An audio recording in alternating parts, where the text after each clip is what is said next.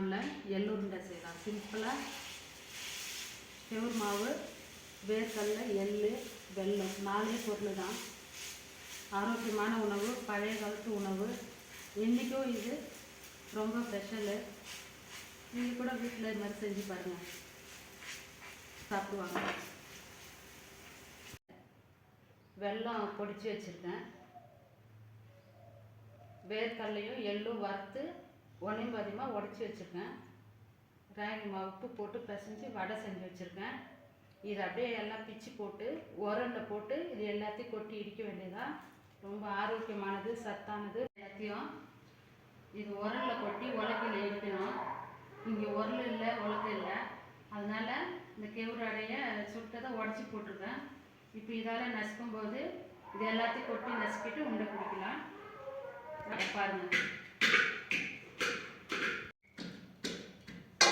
அவ்வளோதாங்க.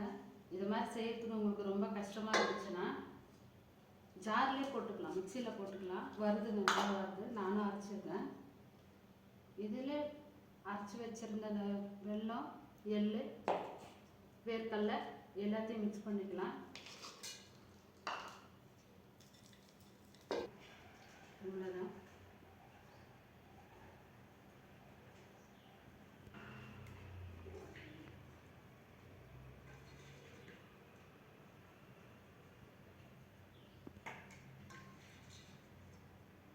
உருண்டை ரெடி ஆகிடுச்சுங்க. ராகி மாவு எள்ளு உருண்டை.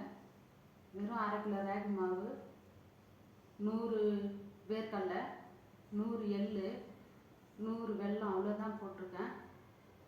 ரொம்ப சத்தானது.